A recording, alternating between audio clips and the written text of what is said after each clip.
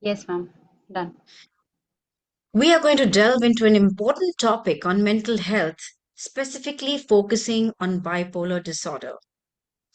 Open conversations like the one we are going to have today are important for fostering understanding and support, for removing biases, stigmas, fears, and more.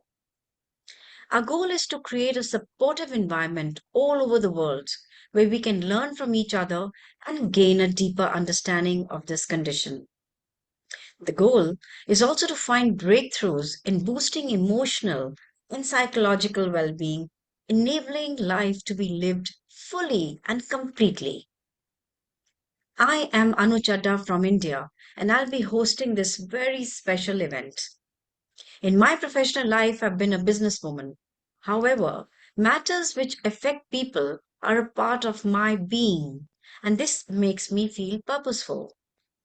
I'm not training under the framework of International Coaching Federation to be a life coach with deeper significance to wellness. We have a very special session ahead of us, as I told you. Before that, some quick stats. Statistics from the Global National Mental Health Survey indicate that the worldwide prevalence of bipolar is around 1%. In India, statistics show that 1 in 150 people live with bipolar disorder, with 70% of them remaining untreated due to stigma. However, it's encouraging to note that mental disorders carry less stigma than they used to, as more public figures, including celebrities, politicians, and even military personnel, have spoken openly about their struggles with mental illness. Today, we have the privilege of hosting a military personnel. His name is Greg Martin, and he's affectionately known as the bipolar general. Greg served in the army and didn't realize he was suffering from this genetic strain until later in life. He's the author of the book Bipolar General. We'll share with you more about the book, and he'll be sharing his insights with us. I'm incredibly grateful for his willingness to join us today. This is a journey of self discovery, a challenging one for himself, and of personal growths. Before we deep dive into our discussion, Greg, would you like to introduce yourself? Sure. Thank you, Anu. It's really an honor to be on with you and your guests. So I'm Greg Martin. I'm a retired Major General, which is a two-star general from the American Army. I served over 30 years in uniform, including leadership in combat. Um, I was born near Boston, Massachusetts, and I unknowingly was born with a bipolar brain and lived my entire life on the bipolar spectrum. But it was completely unknown to me, undiagnosed, unrecognized. But it actually helped me enormously because I had extra energy, drive, enthusiasm, creativity, problem solving abilities. And this was because I was on the bipolar spectrum. I had a condition called hyperthymia, which is a near continuous level of low mania.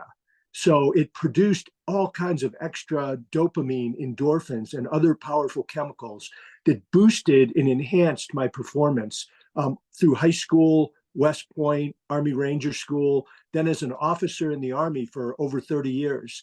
I also, when I got a chance to go to graduate school, the Army sent me to MIT and they said, get one master's degree in engineering. And I came out with two masters and a PhD. Now, that is not normal human behavior. That was really symptomatic of my bipolar brain that I was able to achieve so much. But my actual onset of bipolar disorder was in when I was a commander of more than 10,000 soldiers as a brigade commander in the Iraq War in 2003. So both the Army and the Veterans Administration did an investigation into how did I go into a state of bipolarity.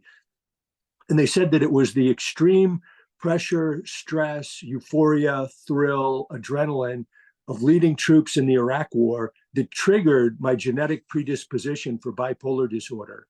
And once we attacked from Kuwait into Iraq, I went into mania.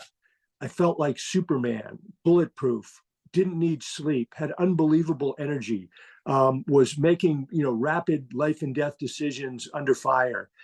And again, it was completely unknown and undiagnosed. And then for the next 12 years, my manic highs went higher and higher. My depressive lows went lower and lower. I started developing psychosis, which is hallucinations and delusions.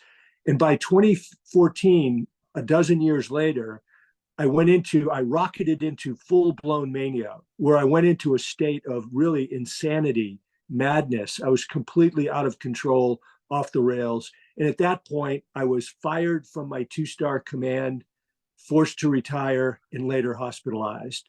And I can go into more detail during the discussion. Yes. Wow. Thank you, Greg, for sharing that. We have some questions listed for you, which I felt that, people would really, people who are suffering or the caretakers would love to know some answers coming directly from you. But before that, first and foremost, do I have your permission to record this session for sharing purpose? Yes, ma'am. Thank you very much. Greg, what are some of the early warning signs or symptoms of a person who is suffering from bipolar disorder?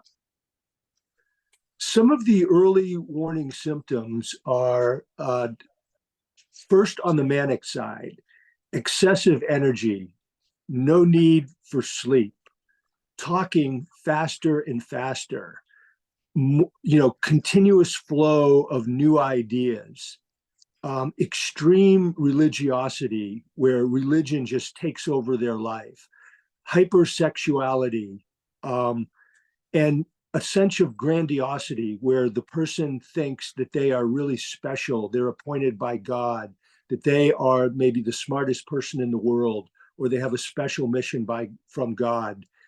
So those are a few of the signals, early warning on the manic side. On the depression side, when a person loses energy, loses interest, becomes withdrawn, confused, can't make a decision, and those are the symptoms of depression. So if you start seeing any of those signs, another one is in depression, losing interest in things that they used to be interested in. Loss of any interest, sexual interest, is another sign of depression. And so those are kind of the two poles between the mania and the depression. And if you see those, you should really talk to the person, whether it's a family member, a friend, or a work colleague, and say, hey, my friend, I'm starting to see some troubling symptoms with you. I'm concerned. How about we go visit a medical professional? I'll go with you. We can go together and have a conversation, and maybe just nip this in the bud before it gets worse. Wow. Thank you very much, Greg, for sharing that. My still another question would be about, are these the symptoms for like bipolar 1 or 2? I understand that there are various degrees, right? Mhm. Yes. Or this would be So the start, or would this be just the start of, being bipolar? Mhm. so these are the signals of bipolar in general, but there Okay. are different variations of bipolar disorder. First is bipolar disorder type 1, which is what I have. And bipolar type 1 is characterized by real mania, where the person shoots into very, very high levels of mania, and then also into depression. So that's bipolar type 1. Bipolar type 2 is much more depression and occasional blips up into what they call hypomania, which is a low level of mania. So hypomania is a low level of mania, and it's described in the psychiatric manual in detail. And then mania is a much higher level. So they're both very serious. They're both very, very dangerous. Um, Mhm. but bipolar 2 is mostly depression. Okay. Thank you for sharing these early warning signs, Greg.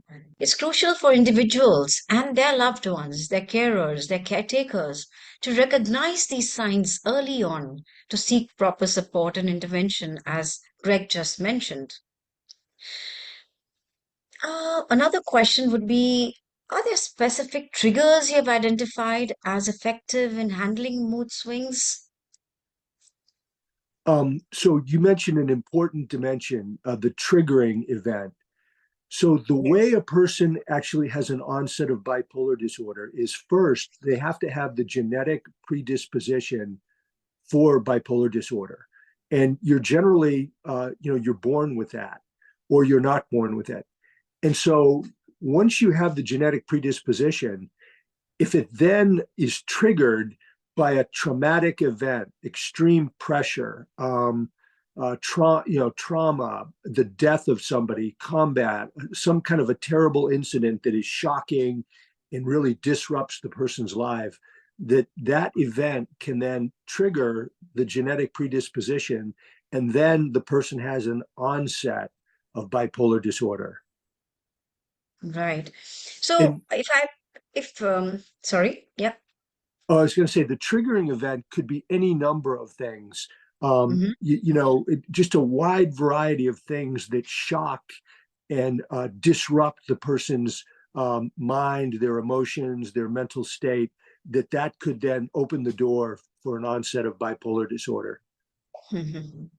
So, if I may ask you, what's the conversation you have with yourself during such moments when you face this? What do you say Well, to yourself? Yeah.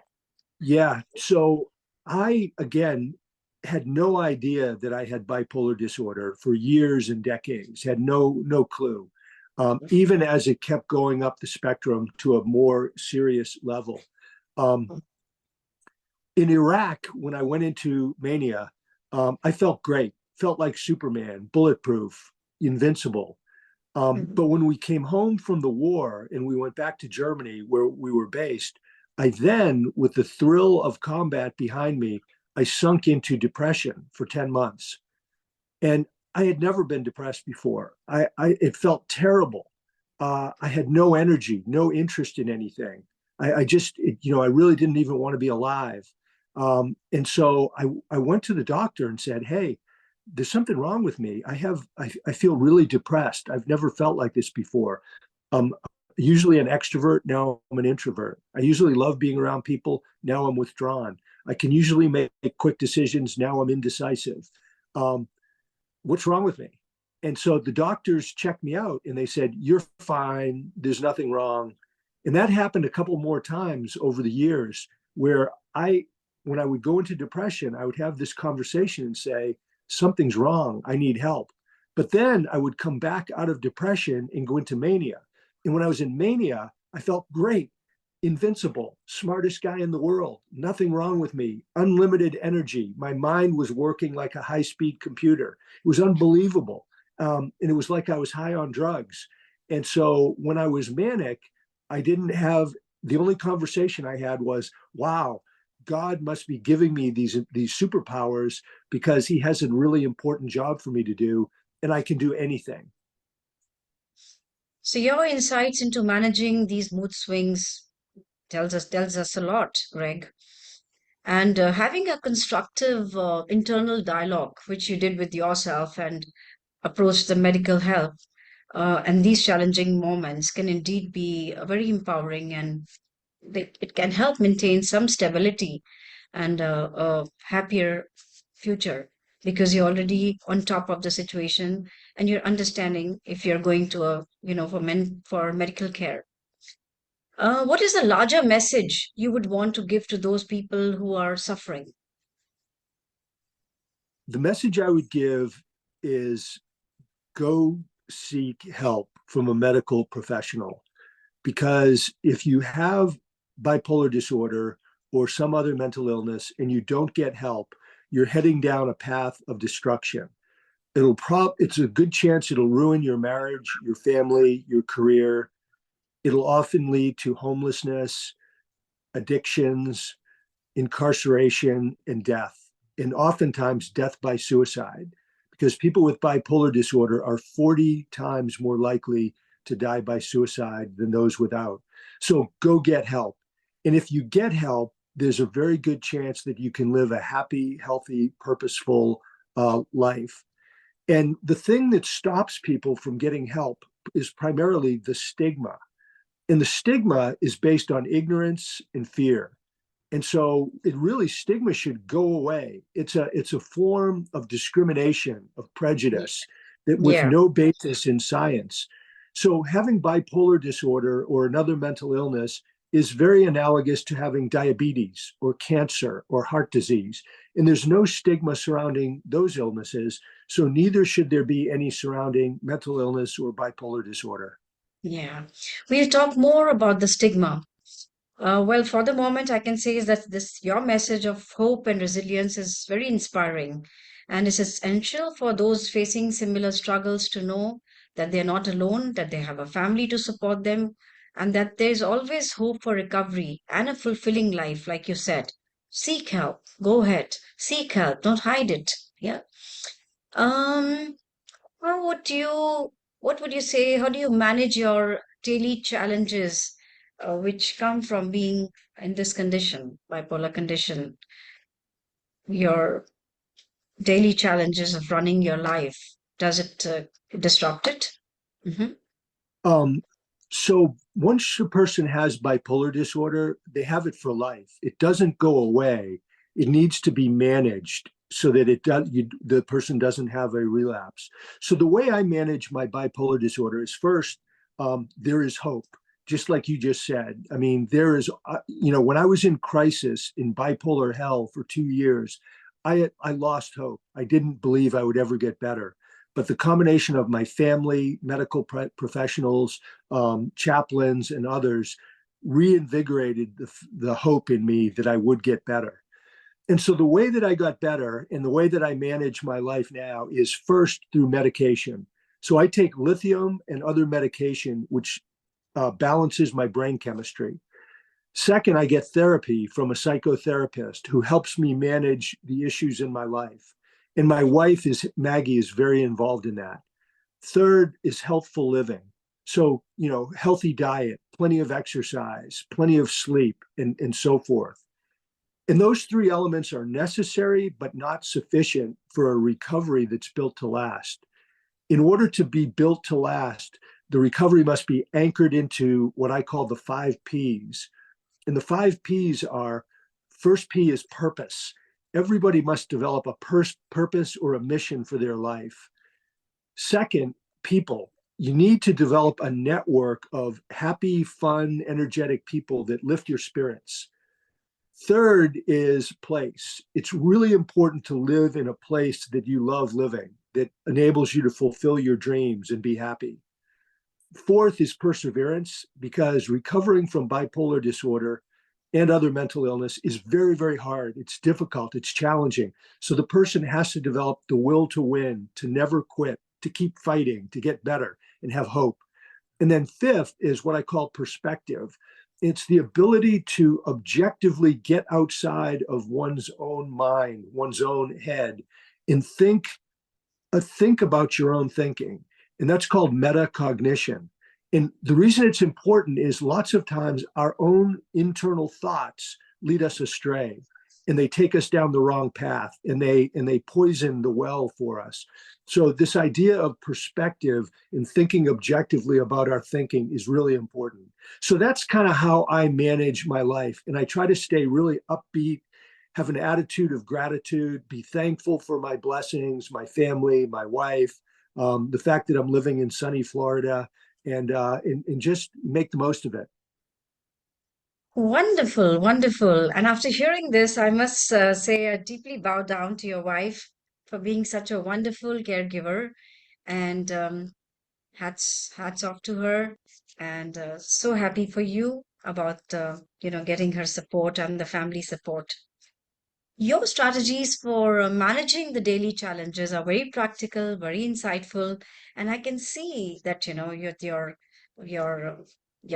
the 5 Ps which you have spoken about just tell me that they're so well integrated into your being that it's wonderful, and I wish all people who are going through such a condition would actually make that as a mantra, you know because it highlights the importance of finding a balance and establishing routines to navigate the ups and downs of of this disorder very effectively. Wonderful, Greg.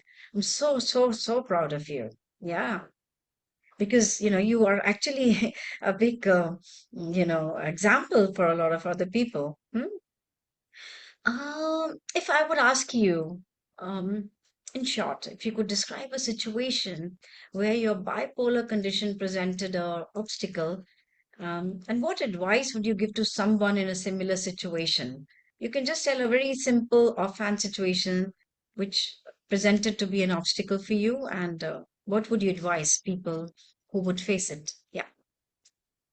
Well, when I was in a state of mania, I'm sorry, depression, I was withdrawn. I didn't have any energy. I was really disinterested in everything. I just wanted to be by myself. And, I ruminated about all my past mistakes. And so that was a real barrier because it kept me from really interacting with my family and my friends. And it really put my life in a bad place. When I was manic, what happened, and I didn't realize it at the time, but when I was manic, I was thinking so fast. My mind was just racing all the time with new ideas. And I became very aggressive and pushy and impatient and wanted people to change, how we were doing business at National Defense University. And so I became, I think, overbearing. I was in too much of a hurry and I pushed people too hard. And that really turned off and alienated a lot of people in my workforce who then saw my really bizarre manic behavior and reported me, which led for me to get fired. Now moving forward, I went through this intense bipolar period, and then I went through bipolar hell, 2 years of depression, psychosis, suicidality. And then I got the right medication, lithium, and I've been on a journey of recovery for 8 years. And so today, to bring it up to date, the things that I have to watch out for today are being agitated, which makes me angry and can turn me into rage.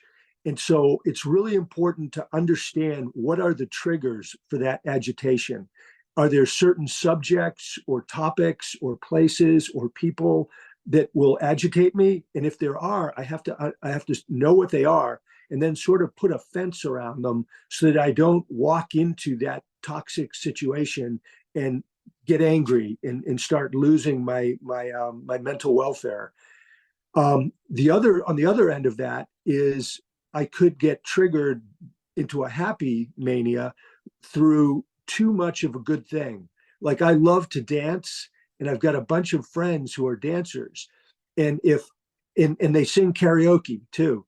And so if we start singing karaoke too much and dancing too much, and I'm having too much fun and I get too happy, that could spin me off into a happy manic state as opposed to the angry side that I just described. And so I've got to monitor my moods carefully and be aware of where I'm at. If I feel agitation coming or if I feel like I'm getting too high, I have to say, okay, stop. This is not good. I need to modify my behavior, talk to Maggie, talk to a therapist, talk to a doctor, and get things back in balance. Wow. Um, from what I understand from you is it's also very important that as you're suffering through this, you become a little mindful, know your trigger points, and that's very important. I totally agree with you. At the same time, I feel, that a very effective communication with the healthcare provider is invaluable. So normally what happens is that people who are suffering from this condition, when they talk to their health provider, if they do not come up with the right content of what's really happening to them, even the health provider sometimes thinks it's just plain anxiety or something and starts giving you medicines for anxiety, whereas you could be suffering from bipolar. So it's you think very effective communication with health providers about your symptoms is a must. And another point I would say is I would personally feel that normally in my life when something happens, I'm even thinking of what to say to my doctor about if I'm having a simple plain cold or a viral fever. I kind of, put it down on a paper, what's really happening to me, so that the provider knows that, what is really happening, instead of just going there and not being prepared and just saying, oh, I had fever yesterday, but I was feeling better in the morning, but now again feeling sick. It's better to give them some sort of data. So I feel that when you're going to a provider, do you agree with me that you should actually write it down of what's really happening to you, and not go unprepared? Do you think what I'm saying is right? Yes, you're absolutely correct. That's a really, really important point you make, is to be, in touch with yourself, to be aware, and then write it down. What happened, how you felt about it, where you are, and then you've got notes and you can, really drive an informed discussion with your provider. The other thing that I would add to that is, it's difficult for the doctors, the providers, to actually assess and diagnose uh, accurately when they're just talking to the patient. So the more you can bring in other people, spouse, family members, friend, work colleague, and have a more full discussion with the doctor, the more it helps the doctor to see the total picture of the patient. And they call that collateral information. And the doctors, sometimes they ask you to bring people in, other times they don't. But I found that to be really, really helpful. In fact, when I finally got my diagnosis in November of 2014 of bipolar disorder, and that was 12 years after the Iraq War, the key thing that enabled the provider to diagnose me was that my wife said, you know, Greg is really depressed right now, but before this, he was manic. It looked like he was manic. And then the lights went on for the doctor, and the doctor said, aha, oh, depressed, manic. Ah, that sounds like bipolar disorder. And then he got the diagnosis correct. And so it was really because he had more information and was able to have a more complete picture. Wow, wow. Greg, let's do a quick check-in. Let's um, balance ourselves because we have been through so much of information you have given. I would say let's just close our eyes for maybe 10 seconds. I will ring the bell, and this will just give us a lot of feeling of being centered. Would you like to do that with me? I would love to. Okay, so let's do it. I'll ring the bell 3 times, and then for 10 seconds, we're just quiet. And then we come back to some of our balanced questions. Yes? Yes.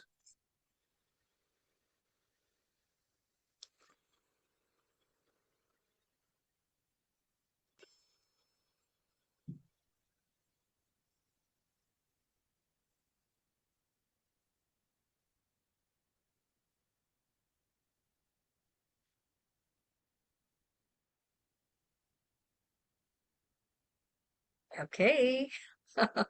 Our 10 seconds are over. Let's Oh, that get was back to wonderful. some more questions. I, Yeah. I, I knew. I love that. That was wonderful. Oh. What a great technique. I'm going to do it more often on my own. Yeah. I'm glad you liked it. Mm. So, Greg, coming back to the next question, what type of therapies are effective for managing bipolar? Mhm. Um, so I think cognitive behavioral therapy is very important, CBT, which is also known as talk therapy, where you essentially, talk and think and reason your way out of being in a bad place. A lot of our problems, again, it goes back to the 5 Ps and perspective, are that we make things worse than they really are. So cognitive behavioral therapy helps you to put things in perspective, that it's not the end of the world, that that there is hope, that things are okay. So that is very, very important. But other forms of therapy, I would call taking medication a form of therapy. And that's really important because, as we know, with bipolar disorder, It's that the brain is functioning in a way that drives us into mania and depression. And the medications can balance that out and be very, very helpful. So I'd say that's an important form of therapy. Some other ones that have been tried, I was in an inpatient at a veterans hospital for a month and a half, and they tried electroconvulsive therapy or electric shock therapy into my brain. I did 14 rounds of that. And for some people, it's very successful. It really helps lift them out of depression. For me, it didn't work. But I tried it because, the doctors thought it was worth it, giving it a try. There's another kind of therapy called transcranial magnetic therapy, which uses magnets to go into the brain and alter it to help break people out of depression. That's another one. I never did that. Um, so those are some of the main therapies. And again, I talked about healthy living. I mean, a really good form of therapy is exercise. Exercising vigorously, every day, even if it's just a fast walk. Get out and get moving, get the muscles going, get the blood flowing, get the oxygen into your body. That's really good for your brain and for countering any kind of mental illness. And then we talked about diet, how important that is. Healthy diet, and there's really some good stuff written on what types of food are best for someone with a bipolar brain. And then I think lastly, I would say sleep. Sleep now the scientists and doctors know is one of the absolute most important components of therapy and recovery and staying healthy. And so the magic number is to get about 8 hours per night. And if you can get a nap in the afternoon, that's really healthy too, because the body and the brain, they recover and, cleanse themselves and, get healthier during time of sleep. Right, right. So, your insights into the effective therapy options which you have just spoken about for this disorder are very, very informative, Greg. It underscores the importance of certain personal treatment plans you build for yourself and find approaches that best work for you as an individual. So, that's very good what you have told us. And what role does medication play in managing bipolar disorder, and how do you ensure consistency in taking the prescribed medications? And what about the side effects? People might want to know. Yeah. So for me and many others, medication is really key. It's almost foundational to being stable and then having a journey of recovery from bipolar disorder. But it takes a long time for the doctors to come up with the right medications and the types of medications. So for me, from the time I was diagnosed in November 2014 to the time they prescribed lithium, that was 2 years. And so lithium was the magic wonder medication for me. And so what lithium did for me is it stabilized my brain. It created a sort of a ceiling so that my brain couldn't go into mania. It would bump into the ceiling and stay within a healthy bound. And then it would be like a floor against depression. So if my brain decided it wants to go into depression, it would start going down, but it would hit the floor and not go deep into depression. So basically the lithium and a couple other medications kept my brain in a healthy zone of balance between, not too high, not too low. So that was really important. Now, as far as taking the medications, I haven't missed a day in 10 years. And the reason is that my bipolar disorder, the depression side of it, when I was in bipolar hell, was so awful. I never want to risk going back into that kind of depression. I mean, ever. I never, ever want to go there again because it'll ruin me.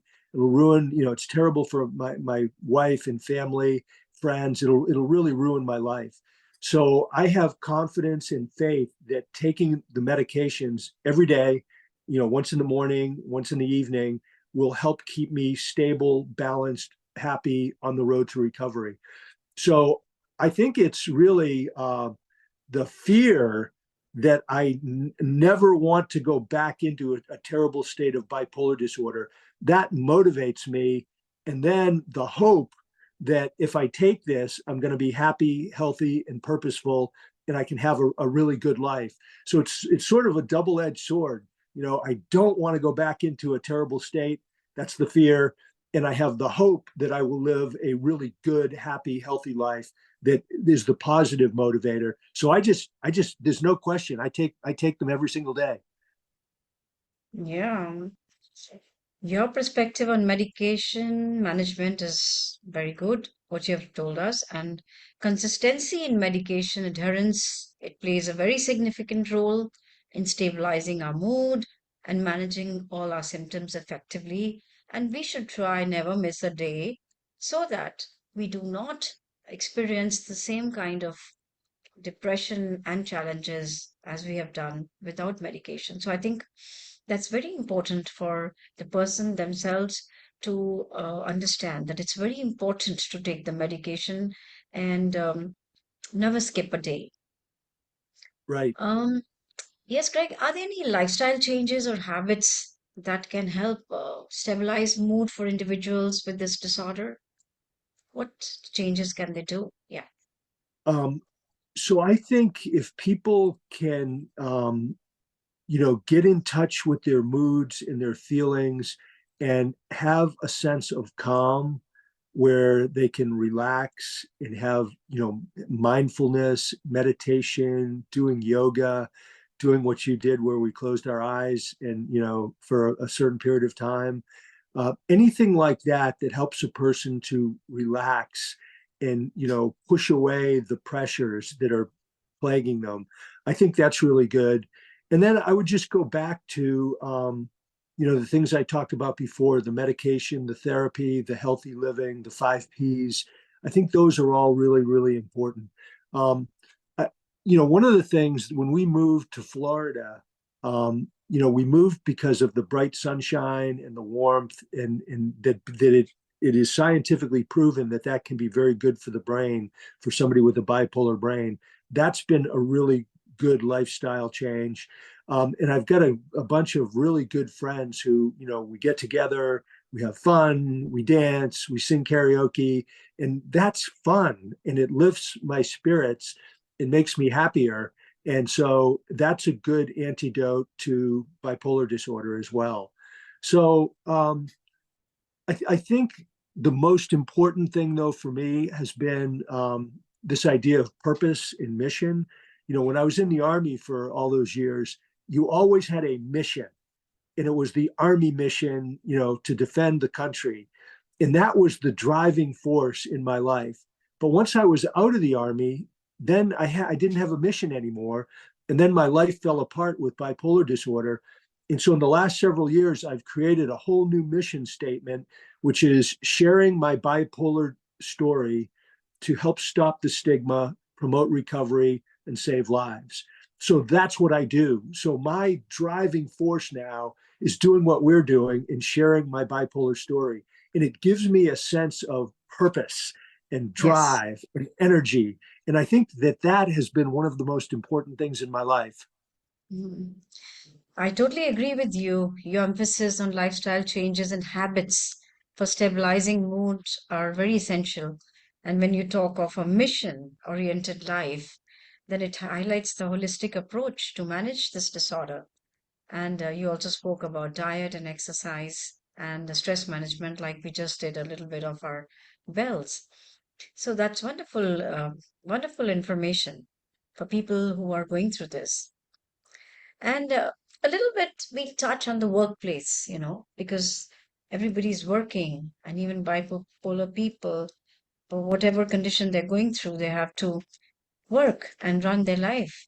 So, if you talk about bipolar disorder in the workplace, in what ways has it affected, or do you think it affects work-life balance? Well, that's a very important question. And unfortunately, because of the stigma, many employers and places of work they discriminate against people with bipolar disorder and people with other mental illness. And a lot of people are, they get dismissed from the job if the employer finds out. And so that's a terrible, terrible thing. So I think that in general, our societies need to, make it uh, illegal for companies to fire people because they have bipolar disorder. They should understand what bipolar disorder is about and make accommodations for people to help them, not to kick them out of the job. Um, so things that I think should happen in the workplace is there should be an acceptance, a level of intelligence and understanding in education about what bipolar disorder is, what it is and what it isn't. And that if properly, if identified and diagnosed and treated, a person can live a perfectly happy, productive, purposeful life where they can contribute to the workplace, they can do a good job, they can make positive contributions to the employer. And I think that's really, really important. And it's important for everybody in the workplace, to understand and accept and have compassion and, a helpful attitude towards those who are afflicted with bipolar disorder or other um, uh, mental conditions. One of the things about bipolar disorder in the workplace is we know from history that some of the most creative, smartest problem solvers, wonderful, imaginative employees are people with bipolar disorder. We know that for a fact. And so the employer would be wise to work with people who have bipolar disorder and embrace them and try to get as much goodness out of them as they can, as opposed to pushing them aside. So, so, so true what you're saying. So, your insights into managing this are fantastic. And you're so right, People who go through the bipolar spectrum, they can be good at various things, which they could be doing the job of three people, four people, because of their inherent, the way the brain is functioning. So that's wonderful, and the people in the workplace should understand their condition and should also use them in the right way, so that these people also feel purposeful, and the work also gets done. So the importance of workplace accommodation, understanding colleagues, and maintaining a healthy work-life balance is so very essential. Do you think there are any particular job characteristics that you find are more conducive to people who have this bipolar issues? Yes, I think jobs that require creativity, very strong problem solving skills, people skills of getting along with people and being part of a team. Those types of um, characteristics, I think, are conducive to bringing the best out of people with bipolar disorder. So, for example, very high numbers of entrepreneurs have bipolar disorder. And what it does is it makes them much more successful as an entrepreneur because they have more energy, drive, creativity, problem solving skills, and they can go really fast and they have, all kinds of good ideas and they can connect the dots and see patterns where other people can't see anything. And so entrepreneurs lots of people with bipolar disorder tend to be really successful entrepreneurs. People in, sort of innovative businesses that are, not so much, bureaucratic, but they're more cutting edge and innovative. They tend to do really well, bipolar people. Science is another one where people with bipolar disorder tend to do well. I think, although it's underreported, I think military leaders, I think people with the bipolar characteristics can do really, really well as military officers with, again, the energy, the drive, the creativity. And so people with bipolar disorder really, they work in every walk of life. They're everywhere. But I think those are some of the ones that can be most conducive. Right, right. Those are great Oh, insights, you know. oh, I forgot. Arts and entertainment, singers, painters, actors, actresses, those very creative art fields of art are really, really strongly conducive to bipolar disorder.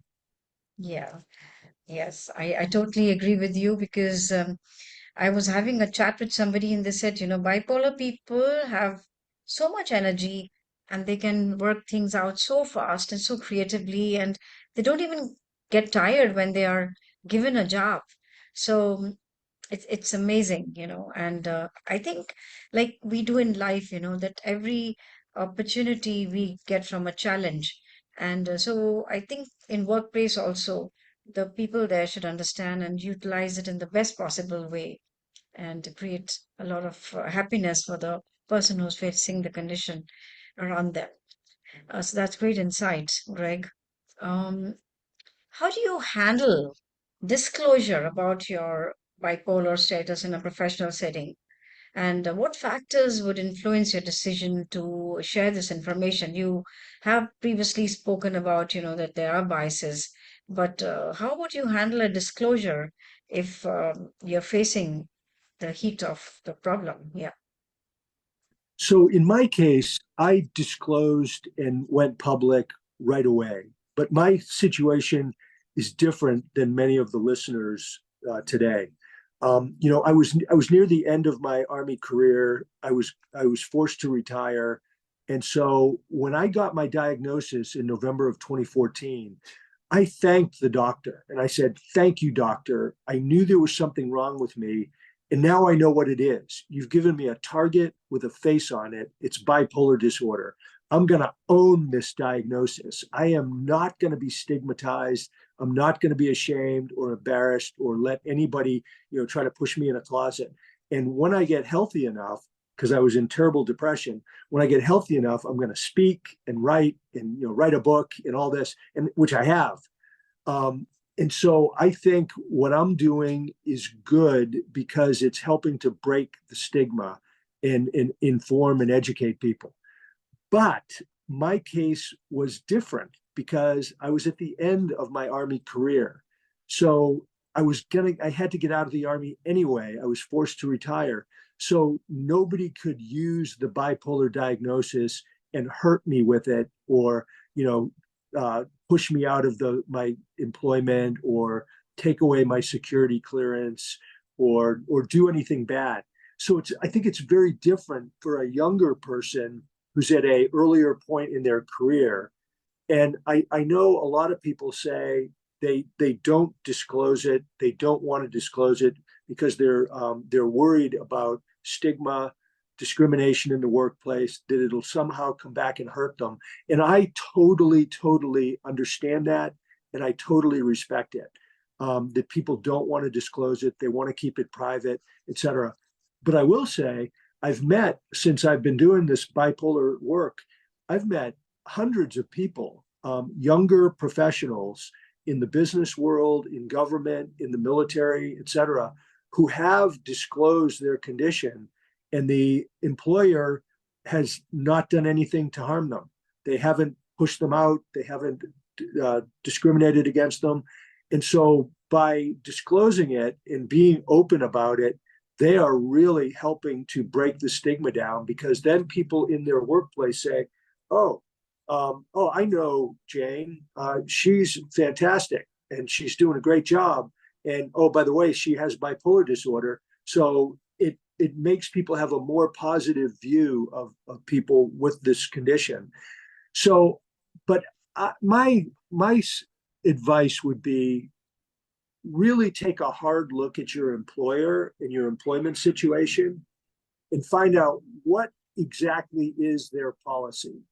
What is it? Are they going to come after me and push me out and take my job away or some of my employment rights because of this?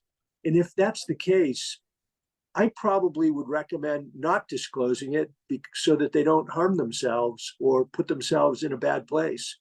And then maybe go to work with other people and try to get those bad policies changed. Oh, oh, that's great insight, actually. Because if your employment rights are going to be threatened because of your disclosure, that's a really sad state. But I totally agree with you. It's what's important is to get information first, that what are the rights, and then instead of disclosing, try to make changes in whichever subtle ways which you find are possible. That's great insight, Greg. I think that's very, very valuable advice. And also because when you said that this other lady who disclosed, but also what happens is that if you're bipolar and you're doing a good job, and like we said, bipolar people sometimes have more energy than the rest of the people. It could be 3 to 4 times more. So then when you see a good job done, and then you say I'm bipolar, it's almost like saying, hey, it's wonderful. But not that it is, but just to say that there's no problem. It's okay if I'm bipolar. I'm doing my job so well. So, so I guess, these things are to be considered. A supportive environment is also very, very important. Another question is about self-care. What self-care strategies do you recommend for people with this condition? How should they prioritize their self-care to maintain a mental well-being? Uh, what do you think would make things better for them? Let's talk of self-care. Okay, self-care, and I do it every single day, and it's now a routine, so I hardly have to think about it. But number one, take your medication. Number two, healthy living. Plenty of sleep, exercise every day, get out, be around other people, have a mission that drives you forward. Think about your own thinking so that you don't get wrapped around the axle and get into bad habits of thought. Find ways to relax and to reduce stress. Like I love the bell ringing. I'm gonna start doing that all the time now. I know you taught me a new technique. Um, and so those are just some of the basics. And I mean, for me, exercise and sleep are two of the most important ones. And then I've got this new mission now with sharing my bipolar story, and it's a great mission, and I love it, and I work hard at it, but I can take it too far and get too intense and spend too much time. So I have to have a way to back away from it and spend time with Maggie and do some fun things and relax and not be so serious about it. And I think that's really, really important. This idea of relaxation and reducing stress, I think, is huge. And I think that's probably something that you maybe do in Indian culture better than in America. Yeah. I think, I personally feel is taking little breaks in between so that you don't get overwhelmed with stuff.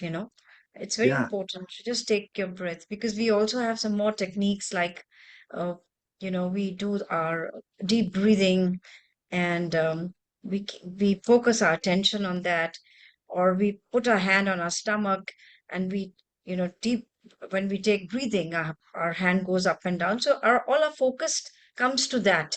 So it's important to do that. And one more thing I can add is that if people have some sort of talent or they have hobbies, it's good to pursue them, you know uh, when to for as a part of self-care. I feel that's also very helpful, right?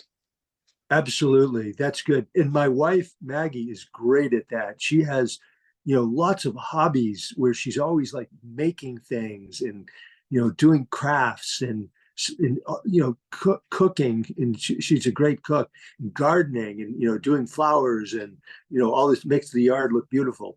And so I think, she is probably in a very mentally healthy place because of all of her hobbies and ability to have Yeah. happiness and joy. How much, yeah, I can share with you that my mother is in her mid 90s and she's got hobbies. And because of that, I see that she's always up to things, and there's no time for her to do any remorse act or think that, oh, I'm so old. She's knitting, she is you know on the machine, making something simple, just sewing something.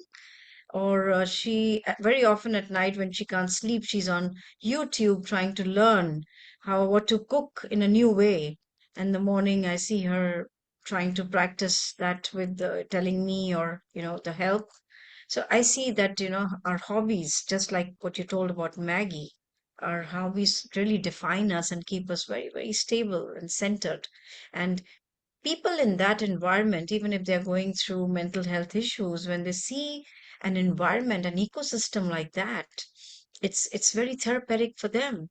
And I think it's wonderful. I'm so glad about Maggie. Is she around there or she's not there?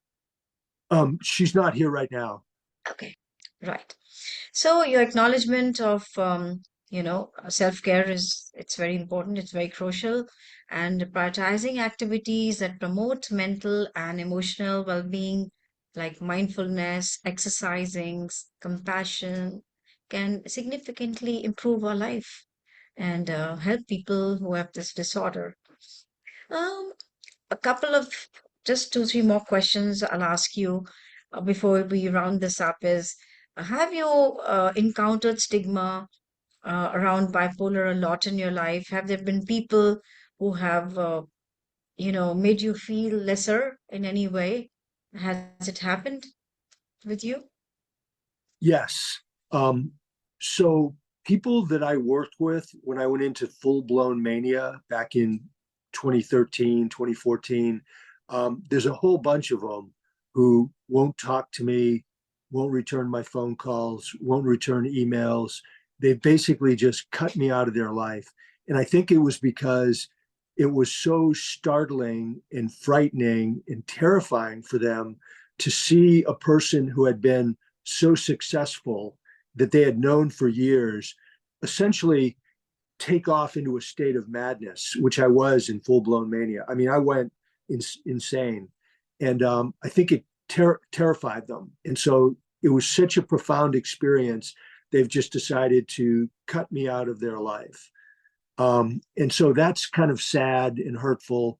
Like when I wrote my book, I went back, I wanted to interview all these people, but they wouldn't return my phone call or email. But on the good side, the people who really matter the most, my family has been wonderful. They went through the hardest of all this with me, and they don't, they haven't stigmatized me at all. So family and a whole lot of really good friends have stuck with me and have not, been stigmatizing. And then all my new friends in Cocoa Beach, Florida, all this network that I have, I told all of them, hey, I have bipolar disorder. Here are the symptoms of mania and depression. And if you see me starting to go into any of these, please come talk to me, talk to Maggie, tell us so that we can, take measures to stay in a healthy zone. And so all my friends know, and they know about the book, they've read it, they've heard me talk, and so they're very, very supportive and have no stigma or discrimination. You see, this is what I would like to say a big hello to all your friends, because through these kind of conversations, we're trying to build people around us, make them empathetic. Even, when they're younger and they see some other people, their peer group or people in their schools, colleges going through such issues, I would request them to treat this with a lot of empathy and support instead of making fun of such people or not including them in your in your life. Just go out and make it a positive thing for you, a good karmic thing by including such people in your life more. And I hope and I feel, even if there are few people who after hearing our this conversations would do that, I would say that that's great karma building. It would be really, really wonderful because these people have done nothing. It's not because they have done something that they have to suffer this. It's a genetic disorder, or it's a sort of something which has occurred in their life which should not have occurred, so which causes this shift in the brain. So yeah. And one very important last question which I can ask you, and this is very, very important, which says that can you provide tips for maintaining healthy relationship with family and caregivers? And this is directly, the reply is for the people who are going through this condition. What tips they should follow for maintaining healthy life and a good relationship with the family and caregivers who are again facing all this without no fault of theirs as well. Well, that's a wonderful question, and it's so important. I would say, first of all, total honesty and transparency and good communication. Don't try to hide anything. Don't try to cover it up. Be open and honest on a regular basis. Tell your spouse and your family, here's what I'm feeling, here's what's going on. Don't try to put it in the closet. And the good and the bad. And so that they know and that they can be sensitive and aware of your condition and can be compassionate and helpful and supportive. So I'd say that's really huge. And then the same attitude towards your care team, your providers, your psychiatrists, therapists, et cetera. Tell them exactly what's going on. Don't try to cover it up. And be open with them about medication. Like, hey, like this medication is having a bad side effect. What can we do about it? Or I'm starting to go a little bit too high, or I'm starting to go into depression. What can I do about it? Is there other kinds of medication? Do I need some other kind of therapy? Is there somebody I can talk to? And I think just keeping this communication, this dialogue, two-way dialogue alive, vibrant, honest, and open is really super important for both the family and the providers. It's wonderful. Your tips for maintaining healthy relationships are very insightful again, Greg. Open communication, mutual understanding, and empathy are essential components of nurturing a very strong relationship with family and caregivers amongst all these challenges of the bipolar condition. A You, quick question when, sorry. Anu, just one point there just made me think of something else. I've actually had, my friends in Cocoa Beach, my dancing friends that I've told about my condition and gave them the cards that say this is mania, this is depression. They have actually come up to me on occasion and said, "Hey, Greg, are you okay? It seems like you're down. You don't seem as happy as usual. You seem kind of depressed. I just want to check on you and make sure you're okay." And I mean, that's a really valuable insight from a friend who doesn't see me all the time like Maggie, but they see me maybe a couple times a week. And to see that, wow, you seem depressed. And so that was very, very helpful. And they also know that if I start getting, too wound up or too crazy or too wild, I'm having too much fun partying, that's also something, a little bit of a danger signal.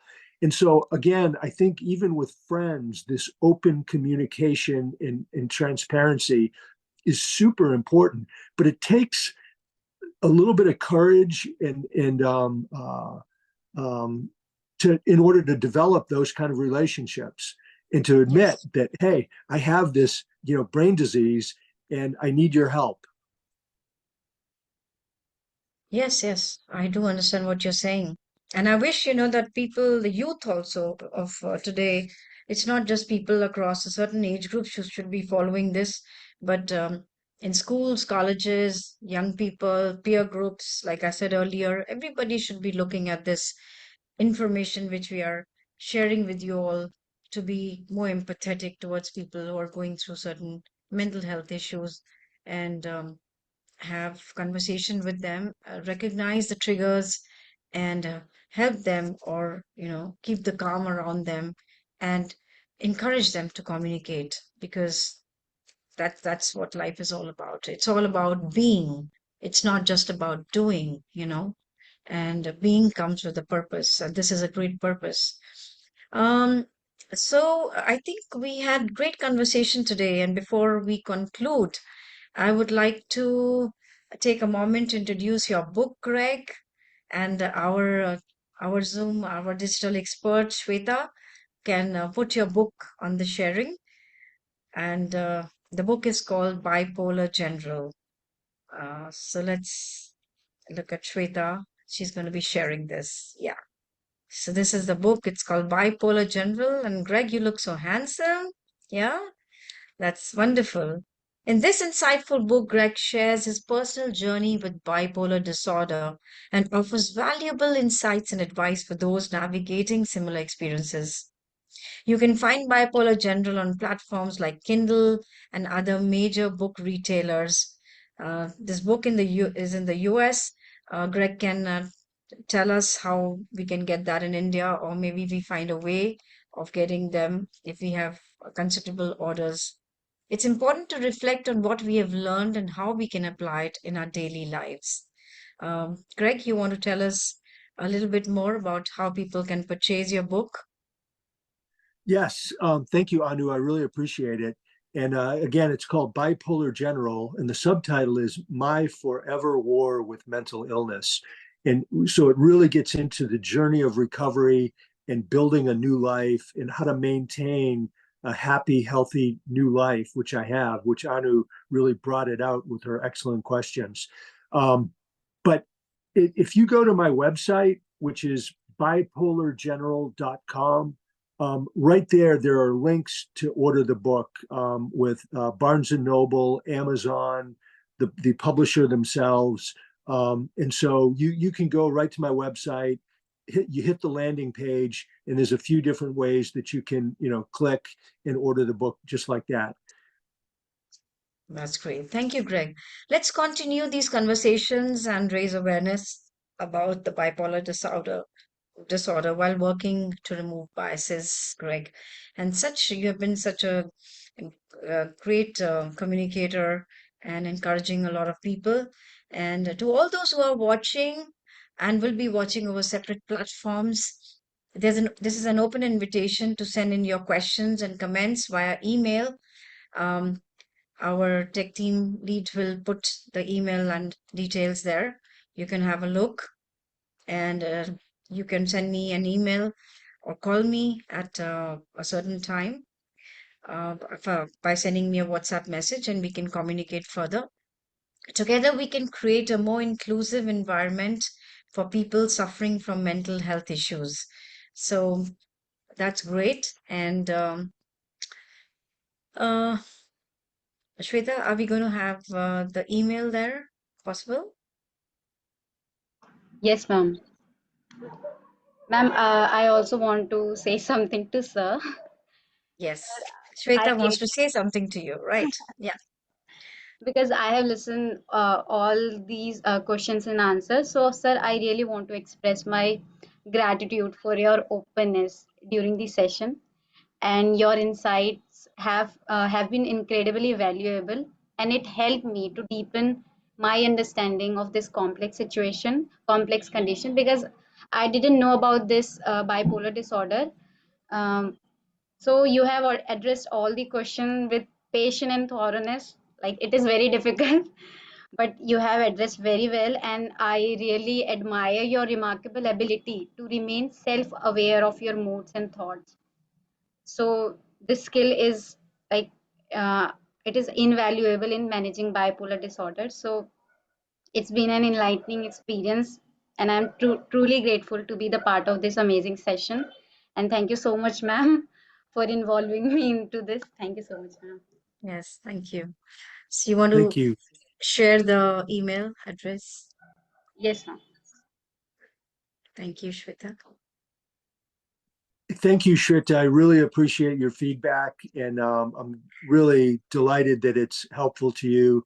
It's really been an honor to do this. Yes. So while Shweta is looking at what's holding her, thank you so much, Greg. And let's keep in touch. And when I'm in the US, which I should be there in a month or a month or two, we could meet up. If you're coming to New York, I'll be there. And would you Yeah, be that able to? that Yeah. That Yeah. that sounds great. I would, let me know when you're going to be there, and I would definitely see if I could make it up and see you. Yes. So Anu, where will the program go from here? So we did this event, we recorded it. Now, what are the next steps? Yeah. I think Shweta is having a little issue. Shweta, we need to have uh, my my phone number and the email, etc. on sharing. Is that possible? Yes, ma'am. Ma'am, I Uh, have shared sir Amazon link in the chat box and his email address so that people will know. And I'm also sharing the screen so that you can put it in the on screen so yes, that people. ma'am. Ma'am, is it visible? Yeah, it is visible. So, Greg, I've been studying, like I told you, I've been in business for 31 years, and I'm now also capping up my experience with being a life coach on wellness, and I'm, really enjoying this journey, the next learning, and hope to reach out to people in general to be more considerate, more empathetic, and more inclusive. That's the reason. Remove the stigma because it's nobody's fault that when you go through such issues, right? Hmm? Right. Yeah. So see you soon. And thank you, Shweta. You have been so wonderful handling on the back end. So, so nice. And thank you very much. So I think we can sign off. Is that good, Greg? Yes, that's terrific. Thank you, Anu, and thank you, Shweta. Thank Appreciate it. Yes. you, sir. You, Thank Yes. you, you ma'am. two are you Thank two you. are both awesome. Thank you. Thank you. We sign off now. Thank you. Okay. Bye.